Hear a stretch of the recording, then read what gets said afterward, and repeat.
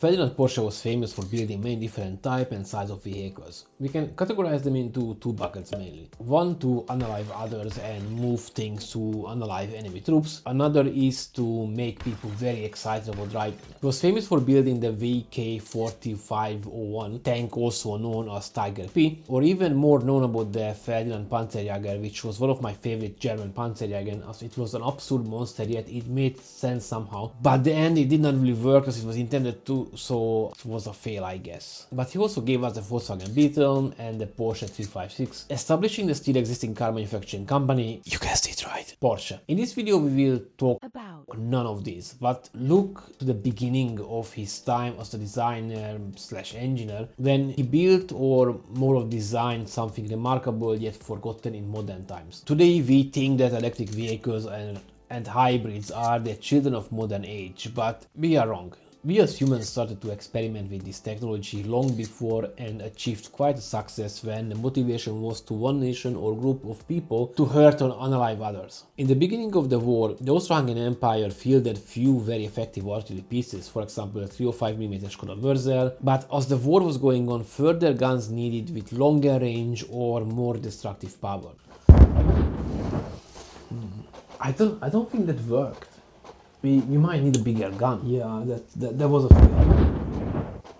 Skoda built new, bigger and heavier guns as the or 420mm pieces. However, this also meant that these guns were much heavier than the existing ones, challenging the logistical services of the empire. I mean, moving an 80-90 tons heavy artillery piece is not an easy task, especially close to the front line, as there were not many well-maintained roads existed to use. Most of them were dirt roads, so the towed artillery always struggled to get to the desired location, especially as the towing truck was usually only two-wheel drive and pulling 2-3 trailers units behind them, which was challenging even on normal roads. When the new generation of Skoda guns were made, this also meant that the transport had to look at and had to be redesigned.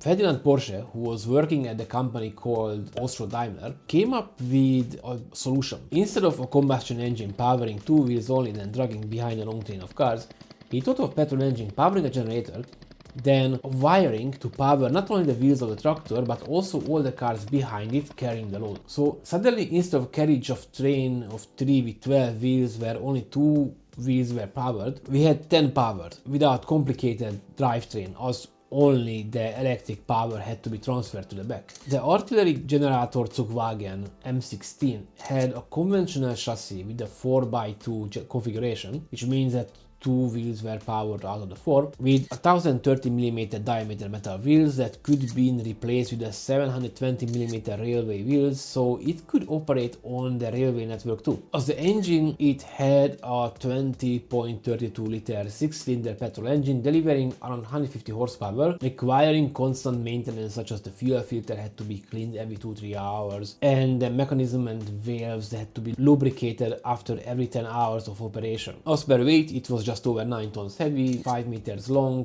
2.38 meters wide, and around 2.6 meters tall. The engine and the generator were protected by a metal hood, and the fuel tank was located behind the driver's seat.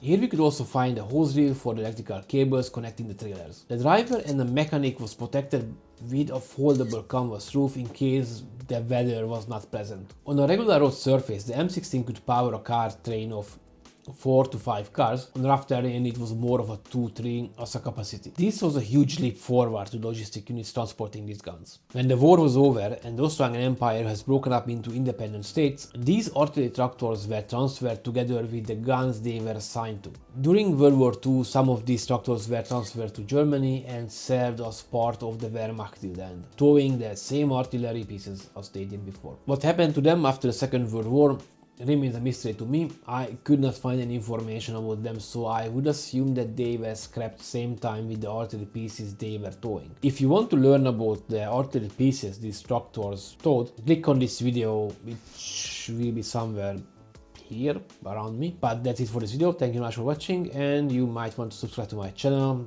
if you don't want to miss out my future videos. Bye!